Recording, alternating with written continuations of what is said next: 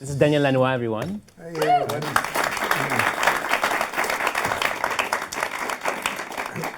Just as you started your performance, you said you wanted to bring the studio sounds to a live show. So we'll talk about that in just a few minutes. Let's go back a little bit and talk about a musician who has an intimate relationship with both performance and production. He's been recognized internationally as both an important and pioneering music producer, but also a musician and songwriter with his own unique voice.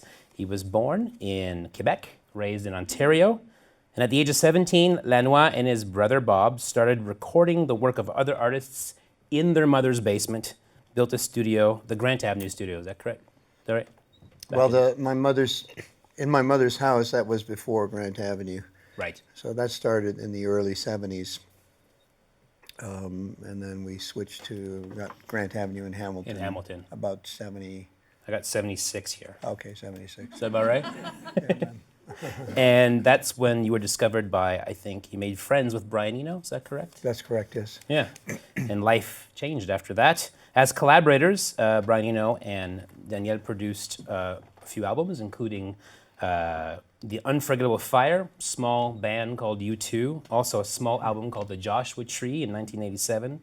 You've probably heard of those albums. Later on, Lanois would also helm Peter Gabriel's multi-platinum album So, which I think we just heard a little bit of it, did we not? Talk to me, I think that's from Us. That's from Us? Yeah. Okay.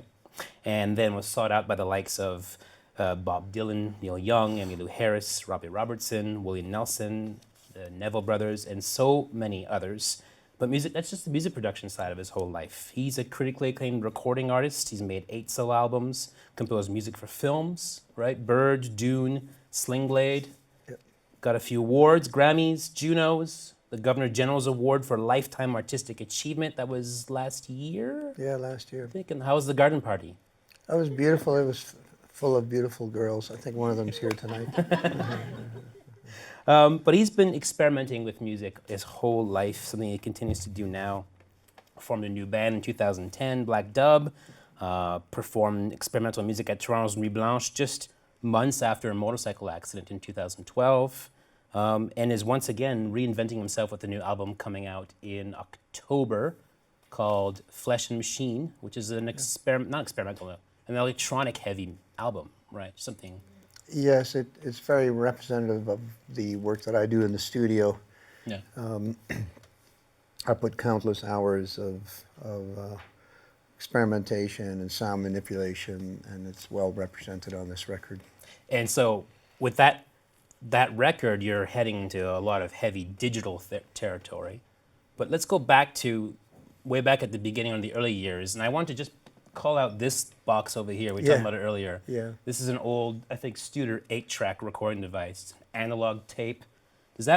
You have one of these? I have one of these. I have the 2-track, the 8-track, and I have a couple of 24s as well. Do you still play with them, or are they just now just sort of I still use them. What's interesting about these machines is they have an output. Every channel has an output in the front. As you can see, there's a headphone jack on every channel.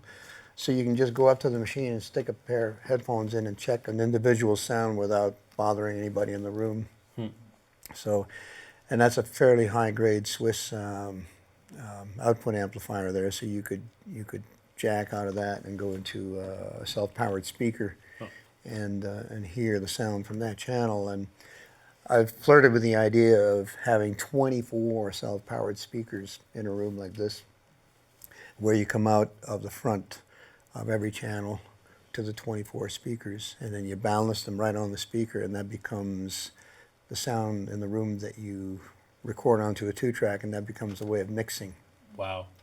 So, is there something to this technology that you wish you could duplicate in digital that you can't anymore? I like the vary speed on these old analog machines, and you can't vary speed so easily on digital. Right. I mean, all sound aside, it's just a little technique that it's a little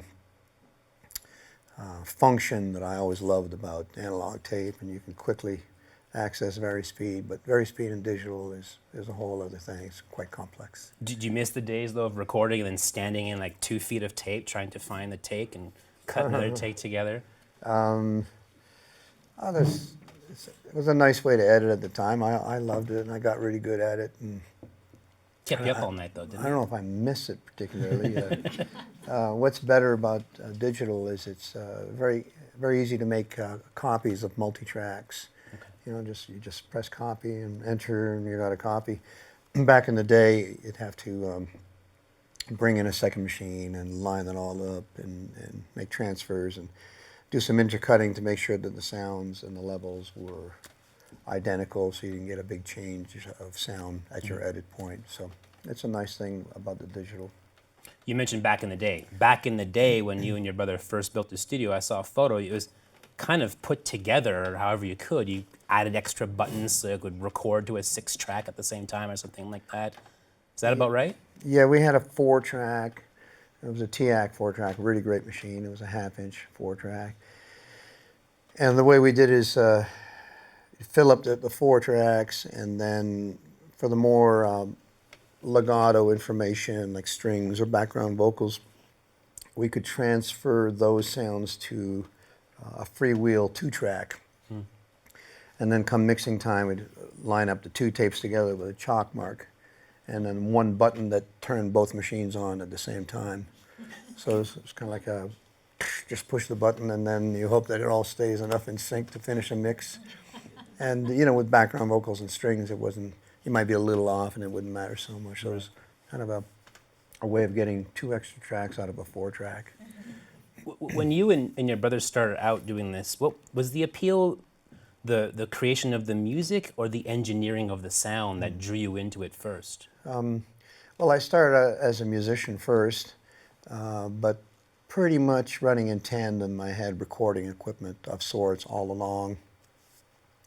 And it started out just as a little fun thing in my bedroom. I had a little flea market machine that had everything on board, a microphone and speakers, and so you could just quite quickly record and hear it back. And I kind of got hooked on it, and carried on from there. You know, just kept getting better and better machines. And so I'm all self-taught. You know, Yeah. me and my brother, we just learned. 2 of us at home, and just got better and better at it. And it's kind of interesting because here I was a visiting prof at the School of Recording here today, so Yeah. I didn't want to say to them, you know, that I never went to school, but You still haven't said anything official, right? so it's kind of funny. Speaking of self-taught, the penny whistle was the thing you first self-taught. Is that the truest story there? Yeah, the penny whistle. My mom used to give me $1 a week to go to the cinema on Saturday, and I used to walk downtown by myself in Hamilton, go to the cinema. And on this one Saturday, I walked by a music store, and it was like a little recorder, but it was a plastic one. Yeah. And it was $1, and I thought, okay, I'm going to get that recorder and not go to the cinema on that day. And that was sort of the beginning of my love of music, and I spent all my time at it. And Wow. Is there something still to this day about the sound of the penny whistle that draws you as a specific instrument, or you've moved on to other not things? really. I wanted a clarinet, really, but penny whistle kind of looked like a clarinet, so that's what I started on. So, penny whistle, building studios in your basement, you're doing all this, and you're not driving your mother crazy. That sounds to me like it's a big part in how you were able to evolve very quickly. Yeah, well, my mother is a very intelligent woman and very cool, and you know, she was pregnant with my brother at 17, so she kind of grew up with us. You know, Yeah. She welcomed all that because she knew that we were onto something. And we were at least very passionate about what we were doing, and so by the time I was even in my teens, I had my own little business going, and I had provide a recording service. At the time, you could get vinyl pressed in Toronto, so we had a relationship with a vinyl pressing plant. It's like a one-stop shop thing. One-stop shop. We did all the artwork and the vinyl, oversaw the pressing of the vinyl, and delivered 1,000 pieces of 1,000 records for X amount of dollars, included the recording process and everything. So kind of an all-in-one offering. What was the studio called at the time? Master Sound Recording. I was reading how at one point you got pretty popular, and full families of bands would come and hang out all over the lawn and in the back kitchen and kind of Yeah. take over the house. And would Yeah. your mom cook for everyone, or everyone just cooked for themselves? Like you just took over the house and We took over the house, and some of the projects had a lot of people in them, and some of the Jamaican bands were they show up with 20 people, and then picnic blankets in the yard, and it's only one bathroom in the whole house, so it's pretty. And was it hectic for you at that time? Were you a little frazzled? Were you just kind of going for with the flow? I loved every aspect of it. You know, I got to record some terrific people. We were connected with a gospel music association in Canada, and that organization brought singing quartets from all over the world and to tour in Canada. And they stopped at our studio to make a record in 2 days. I recorded hundreds of gospel quartets, and that's where my knowledge of harmony was drawn from. So as a teenager, I got to really have an understanding of 4 parts, and just by proximity to great singing. They were beautiful singers, Haitian singers, all over the world, from all over the place. How aware were you at the time that you were absorbing so much knowledge? Or was it just more an osmosis thing and just kind of realize over time that, wait a minute, I'm getting the hang of this, I just know this instinctively now? Well, you know, I wasn't thinking that it was an education particularly, but I think by proximity and just being in the trenches and trying to do the best work possible, you know, I really wanted people to walk out with a masterpiece. So I poured myself into every minute of the day to make sure that they got something special. And that was kind of the beginning of a standard that we set. Never saw it just as a job or as a way of paying the bills or anything. And I didn't have much of a social life, so that it meant everything to me. And I think people felt that, and the word got out that we were not only talented and devoted, but that we cared about people and what they walked out with. Yeah. Was it painstaking work? Well, I was a kid, so I didn't sleep much, you know. Sometimes I just lay down on the floor for 2 hours, and then the next session would start. Go weeks on end like that. Wow. I sense like there was a real spontaneity to your life as a kid.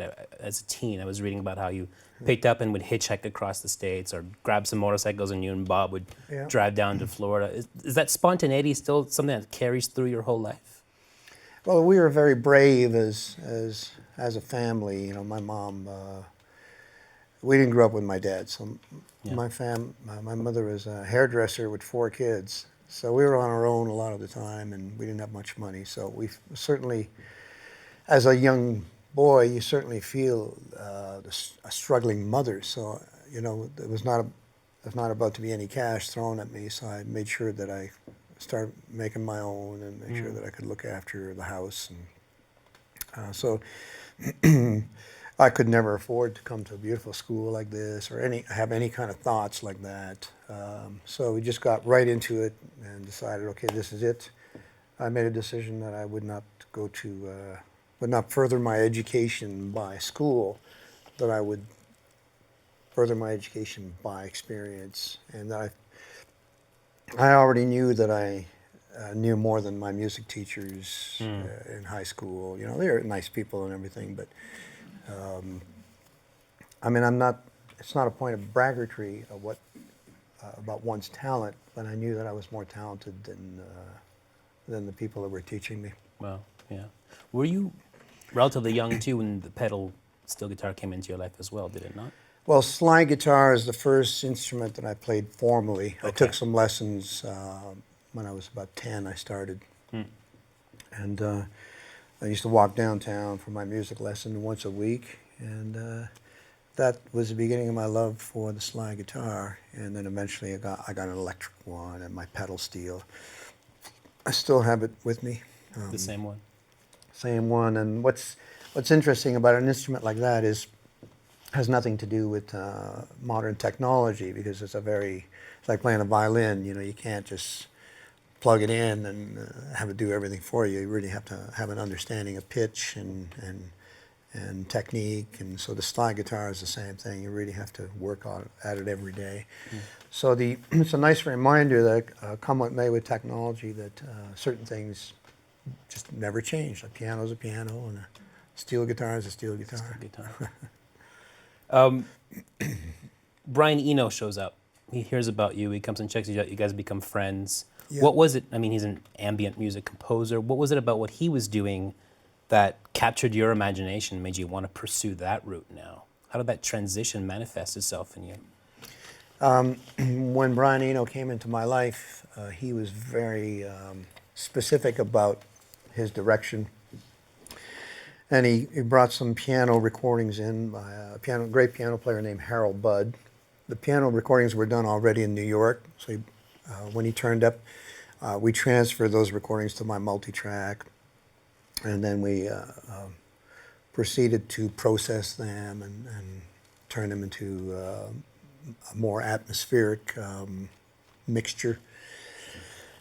And I was so taken by his passion for this work, and I began to live for nothing else. So we worked together for about 4 years straight, and I really helped him with these ambient records, very beautiful records.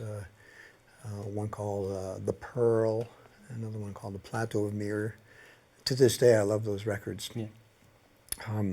They have a lot of commitment in them and beautiful processing. We didn't have a lot of equipment, but we really knew how to work the equipment we had, which is kind of a good lesson that options and a vast array of possibilities is not nearly as good as being a master of a few boxes or a few tools. 3 people is often enough for what you're going to do, for example. Yeah, exactly. Well, you want to talk about people, you might find, there's a better guitar player down the road, or maybe somebody can play a better drum, but to draw as much performance out of who your comrades are at the time, I think that will likely make for more soulful work in the end, more heartful work. I think some people who may not be into ambient music much, or may not understand the composition of it, will sometimes dismiss it as background music. And I think there's no such thing for you as background music, that in fact that might be a bit of an insult to you, to call anything background when it comes to music. Well, it's just my personal taste. If I listen to music, I listen to music. I don't want to be conversing with someone in a restaurant and have music in the background. I think that's an interference, in my opinion. So I'd rather shut off the music. Let's have a conversation. So I don't see music as a pacifier to a room full of people in a restaurant, for example. Right.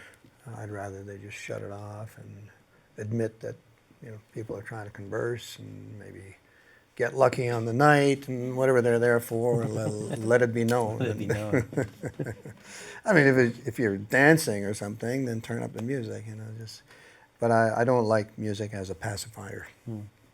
I spoke once to Jean Grandmaitre, he's the Alberta Ballet's artistic director, and he mentioned that I think his niece can't even finish a song on her iPod anymore. She can't get through a full song, and that broke his heart. That this conversation around music is that people are just grabbing and going. They're not involving themselves. You say you sit down, you listen to music. That sounds like maybe that's not happening as much anymore. Well, it depends on the person. I have a lot of friends, a lot of young friends, and they love music, and we get together and listen to records together, and they introduce me to some things that I've not heard before, and I appreciate that. And so I think that would be a generalization, but it wouldn't apply to the people I hang out with. Right. So kind of opened you into a new direction, and you started to grow into the producer that we know you to be now, the musician that we know you to be now. Did you see a path? Were you deliberately trying to chart a course for your career, or was it just a series of opportunities that came knocking that led? Well, music always led the way, and I've always had an interest in going after an idea that I believe in, even if it doesn't make practical sense at the time. You know, there might not be an immediate application for an interest of mine. I experimented in Hamilton in the old Hamilton Library. The library had moved and the beautiful old building was vacant. And we had a connection with the city at the time, and they let me use that building for about a year. I conducted a lot of experiments with different size rooms and corridors. And Kid in the candy store kind of thing? I suppose, yeah, just our architectural candy store, because my studio was a great studio. It was a carpeted place, quite small, and I had an appetite for more open rooms and corridors, and just to see what they would sound like. So I recorded a couple of bands in the old library, with no particular place to go, and then when the call came to work with U2, coincidentally or not coincidentally, they wanted to record in an unusual location. They didn't want to be in the recording studio anymore. They wanted to be in a place that was more vibrant, had open space. And so this is what I'm talking about, that if you have an intuition to go in a certain direction that doesn't make practical sense, after a bit of time goes by, you may find that there was a reason to do it that way. So I've always had that sense about me.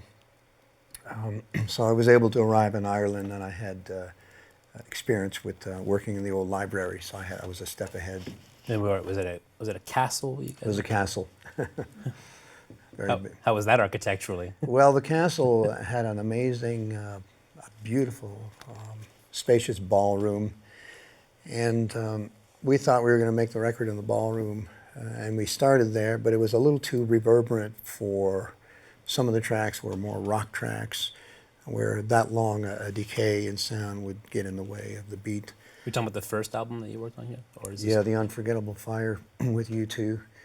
And there was another room, a book library, and there was maybe twice the size of this room, a little narrower, filled with books, and that had the dense rock sound. Which is a nice idea to remember if you ever want to deaden a room down. You can just pick up a bunch of books and fill the walls with books, and people are giving books away now, so. And closing libraries. Yeah, man. Do you think, I mean, is there a sense of a belief in fate or destiny in what you're doing because you're driven by your musical ideas? I think I don't know, I believe in faith, and that may lead to fate. And I was talking to somebody in the hall today about what we see, what anybody sees in terms of, I'll go outside and I'll see shadows, and I'll take an interest in a certain rock or a blade of grass or up against a tree, and the geometry of this with that. So I'm interested in shapes. I see those kind of shapes and the beauty in them, and I may even stop to take photographs. Somebody else is too busy for that. They walk right on by and they're doing something else. So we see different things as human beings. And I think the chances and opportunity, if you like, it's almost molecular as I see it, because it's just like a sprinkle of dust that's out there all the time. And most people will not see what I see. They'll see other things. But I take an interest in that one tiny little particle that I think holds some potential to grow into something bigger. Just grab it. Just grab it, but you can't grab it if you don't have skills. And you got to be able to see it and do something about it. So, I mean, I'm not suggesting I'm the only one with skills, but I've certainly put in my time. You mentioned faith. I hear you describe sound in a very spiritual way, and I wonder if are you out seeking a sound that's waiting to be found, or are you creating a sound that doesn't yet exist? We certainly create sounds in the studio. I mean, countless hours get put into the experimentation with sound, and it may start out with something very simple. I'll give you an example. Recently, I recorded a great drummer friend of mine, Brian Blade, is one of the master drummers of our time, and he played the drums on this track of mine. It was very well done, but it was essentially an acoustic kind of jazz kit recording. So I couldn't change the sounds too much because the sounds were not isolated. So a friend of mine used to work with me. He came in to hang out a little bit. He says, I've got a program, a computer program that can read Brian Blade's bass drum performance and replicate the sound with an isolated, more like a Roland 808 kick drum sound. To kick it, like cut it out bubbles. So every time Brian's bass drum was to strike, then we got a replication of it, but not only a one-dimensional replication, but a dynamically. The program was such that it responded to Brian's dynamics as well. So once I had that isolated bass drum, then that was my secret weapon. So I could then put that through some of my other system. So I've got this little fuzz wah pedal, it's just a cheap thing. I put the bass drum through that into this very big PA that I have. And so the bass drum turned into this, had a note to it. I thought, okay, well, let's mic that. And we put that back into the recorder. So Brian's bass drum now had the root note of the key. I very sped a little bit to fine tune it, so it was right on key. So I had a root note going through the whole song. Having gotten the root note printed, I then put that through a pitch shifter and printed it 7 different times at different pitches. So now my recorder had 7 bass notes completely locked with the bass drum. And I performed the bass drum part. I turned it into a bass part by playing the console and then compiling that to a track. And when you hear it now, it's got this very vibrant, punchy bass. It's like a synthesizer kind of bass sound, really good. And then I invented the bass line myself. And so, you know, it took probably 20 hours of work to pull this off, but the bass is very powerful. You feel it in the chest, and it's completely locked with Brian's performance. But it's not synthetically, he's not playing a synthetic kit, he's playing an acoustic kit. So we started with something that was very authentic, very heartfelt, and ultimately this machine sound is running in tandem with the authentic acoustic sound. It's very, very striking. But the machine sound is at its root playing an organic sound back to itself, right? You're not creating another synthetic sound. No, the only thing from the source. The only thing that's synthetic is the replication of the bass drum, and we found a particular sound that we liked, and that was sort of the beginning of the process. How much is it still about play and experimentation versus just skills you've built over years and tools you know that come maybe even in a muscle memory sort of way? Well, every recording session is unique to itself, and then I just draw upon the past. You know, I might have something up my sleeve that I don't use every day, but I remember from the past, and I just pull out that technique, if you like, and apply it to the situation at hand. That's where experience comes into play. But you'll still take 20 hours to get that one sound just Yes, right. sir. Yeah, man, no problem. A lot of people do that? I don't think so. Well, again, you know, I don't want to generalize. Everybody has their own technique. Sure. A lot of hard workers out there. So, Sure. you know, I like those Little Wayne records because they're really adventurous on the bottom end. So a lot of my inspiration comes from hip-hop records. So that little technique I just described to you, you hear something similar on Little Wayne records, you know, kind of tune bass drums, and that becomes the bass part. Right. Can we talk about this? Yeah, man. This is it's a Les Paul, is it? Yep. 1953? That's 1953 Les Paul, and I bought it in New York in the early 80s. And I had it modified. It came with what is called a trapeze bridge. And it was not a popular guitar, consequently, because the trapeze bridge was a floating bridge, so if you banged it, then your whole guitar went out of tune. And then I bought 2 of them with the view of modifying them one day, and I found a fellow to do it for me. And he mounted a tune-o-matic. So we lost the trapeze, and he mounted a tune-o-matic, very flat to the body, so we just got away with it, luckily. And then he put on a Bigsby tailpiece for me and dropped in a humbucker, a Firebird humbucker. That's a P90. That's a single coil pickup. They're great sounding, but you pick up what is called magnetic field. Magnetic field is information that's in the air that we don't hear, created by high current power lines. Like that bzzz you'll hear from a phone near a piece of electronics. Yeah, you might move closer to something, and Yeah. suddenly your ringing phone comes through an amplifier. So that's called magnetic field. It's information that's out there all the time. So these P90s, these single coils sound great, but they're bad for magnetic field. So I keep the humbucker back here. So what's the love you have for this guitar, other than this way it sounds and the pieces you've added to it? Why do you keep a guitar that you bought in the 80s? That's, there's so many guitars. I'm sure you have many guitars. I have a few, yeah. I have a few of these gold Les Pauls. What's nice about these is the woods were old to begin with. They were aged woods back in the day. And there's just something really solid about this neck. But most importantly, the bass strings played up high are really good. The pitch is really good and the tone is really good. The contemporary Les Pauls don't have that so well. They don't have that down so well. So I wish I could play for it. We didn't bring an amp. They wanted it as a prop. So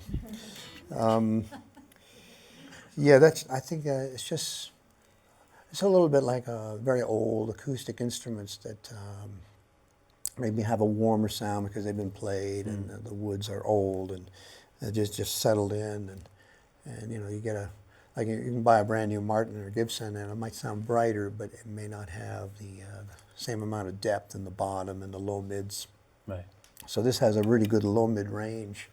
There's kind of an overlooked part of the spectrum in these fast times that oftentimes engineers or even guitar players think, well, I need to cut through the mix, so I'll add treble and mids so I can cut through.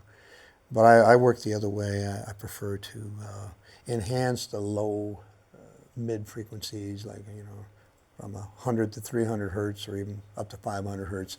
That's a big part of the spectrum that has a lot of density. So that really appeals to me. More soul, I guess. Yes, it's a tonal thing. The way that if you record a trombone with a ribbon microphone, you really get that part of the bone that's really beautiful. And a ribbon mic likes the bone. It's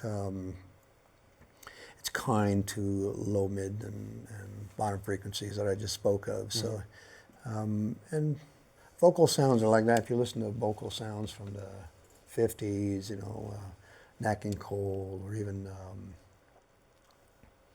Sinatra and Patsy Cline, those are very beautiful, full-bodied vocals. So it was just, I think there's just something shifted in terms of gradually over the decades, and there's been a race to the high frequencies. But you can think of it like light. You brighten up your subject to the point of no shadow, then you lose a little bit of mystery and so on. So Right. kind of like you watch some old Alfred Hitchcock films where we're done. Some of them were done Technicolor, and so the colors are really vibrant, and the characters almost look cut out against the background. So there's a dimension there that has been, I wouldn't say lost, but we've just evolved away from it. And it's the same thing with these nice instruments. So that's it. Your pedal steel guitar is one of your nice instruments. Why do you call it a church in a suitcase? Because it has kind of a sacred sound.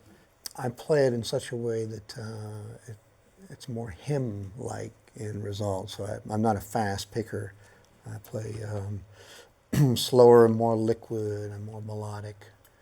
And so it always sounds, it brings me back to that place of the beginning for me. And I consider that sacred ground, those years of devotion. And so it brings me back to that time and reminds me of my devotion and how no matter how much experience you have or how much money you have, what kind of life you live, that rock that you originally stood on is still the rock that you should be standing on now, So is that church what you're able to rely on when you're producing such a broad range of genres? I mean, you're doing country one moment, you're doing bombastic rock the next, you're doing hip hop. Yeah, I think people respond to soulful records. I mean, not specifically Motown soul, just if we can use the word soul as something that seems to have a sense of purpose to it and has authenticity in its spine and some kind of truth in it. And even if it's a party record, you want it to be great. So you don't want to be a charlatan. You want to be. Do methods transfer? Like, if you're doing a big bombastic record with U2, for instance, and you're miking Bono with giant amps and stuff, do those sound capturing devices apply to an Emmylou Harris record, or is it completely divorced in terms of the technique? There are similarities with those two artists. With U2, they always huddle up. The band room, the U2 band room, is a very loud room, and we have full PA, and so you got to go in there ready for a lot of sound pressure. So that's the room that promotes the spontaneous work, and maybe the most hard driving, and the room that will allow an arrangement to come to life naturally. With Emmylou Harris, we recorded a lot of her record in a small, kind of like the way you and I are close. You're Emmy, I'm Danny, and then maybe a few other people here, real close. Live vocals, so by proximity, we're able to have a fast communication and a natural dynamic range, because if Emmy's singing, you don't want to drown her out, so you play a little quieter, so that perhaps the kind of thing that, if you overdub a lot, you wouldn't be as sensitive to that as an idea. So the U2 band room has a lot of dynamics in it as the small recording circle of Emmylou. It's similar. I mean, very different music, of course, but similar philosophically. You've said that rock songs are the hardest to come by, or at least the hardest to be successful at. Did I say that? Yeah. Well, you have to. Why do you think that holds up? I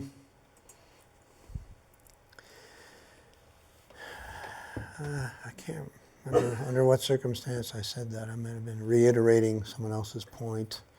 I found it in soul mining. I think fast songs are harder to get right.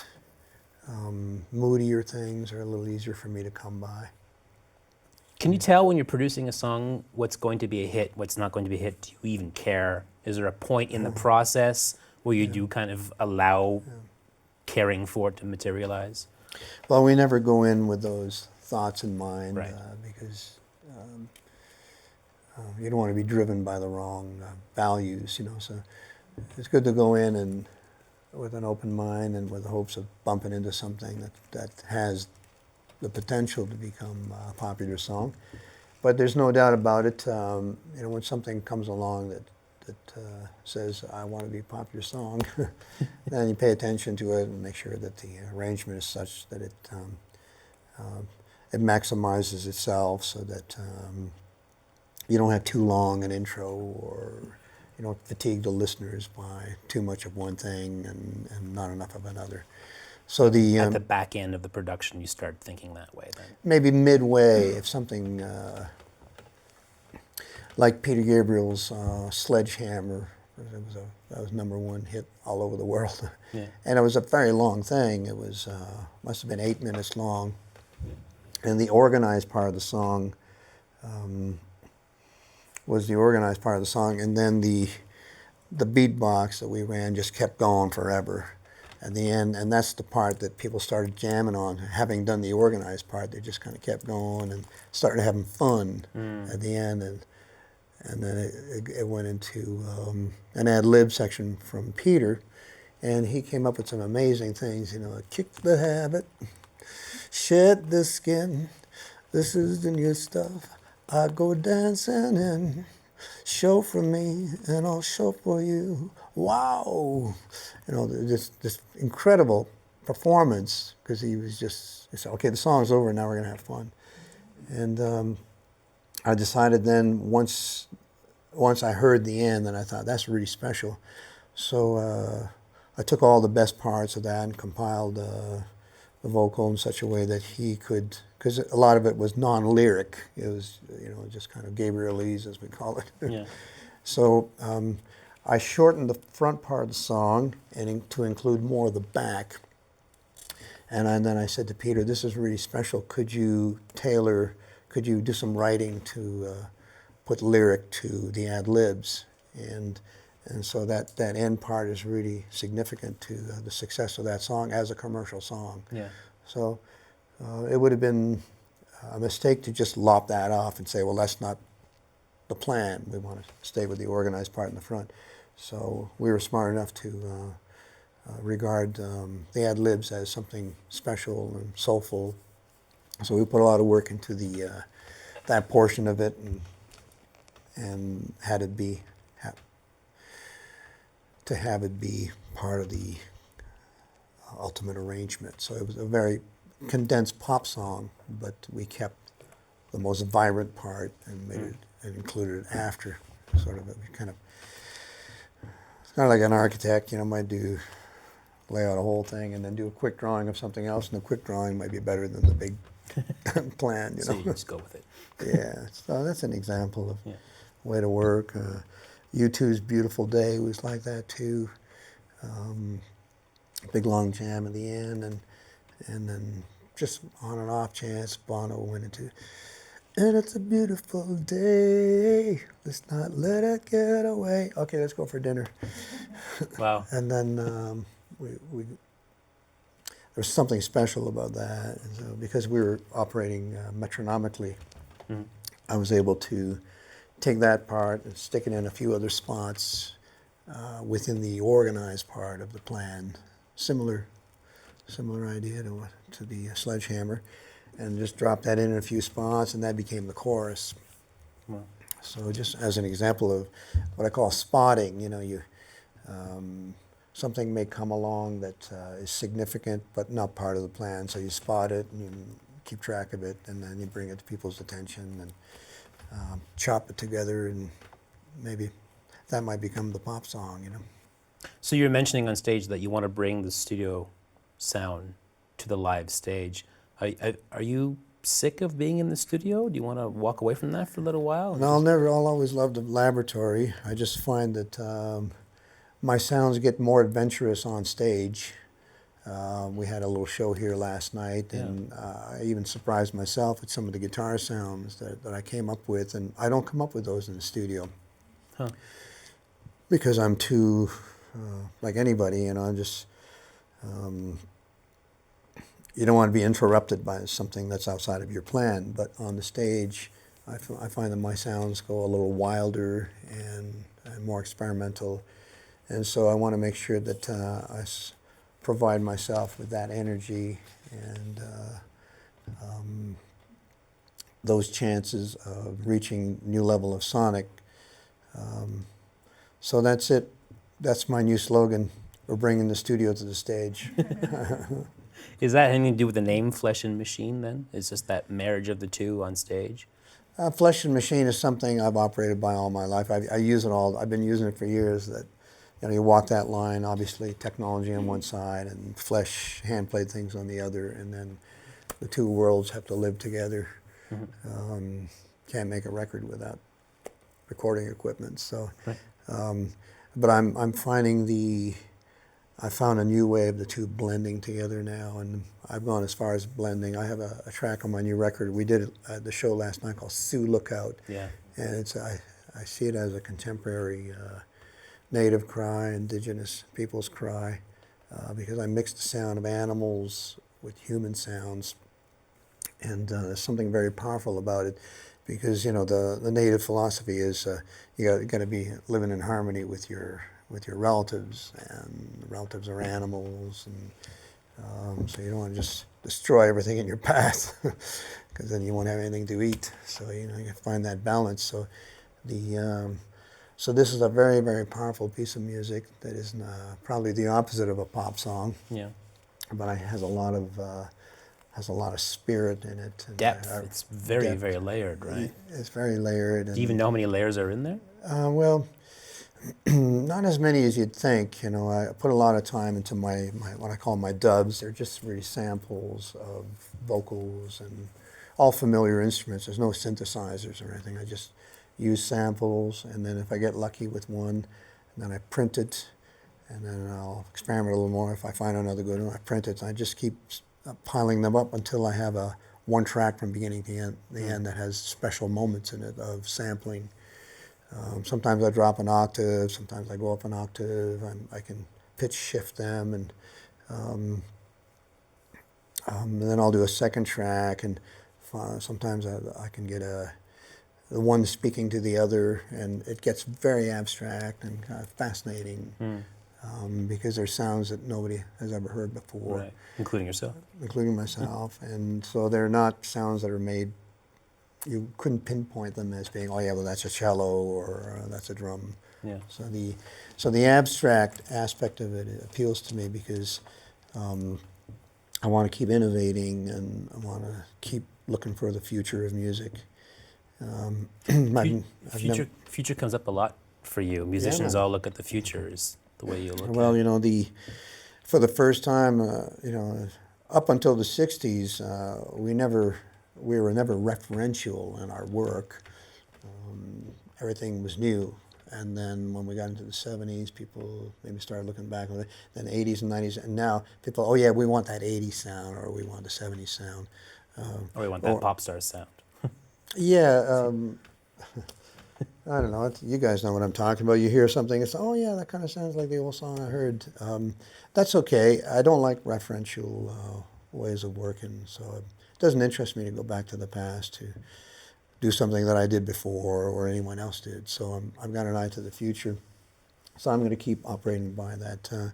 That'll be the driving force from here to eternity for me.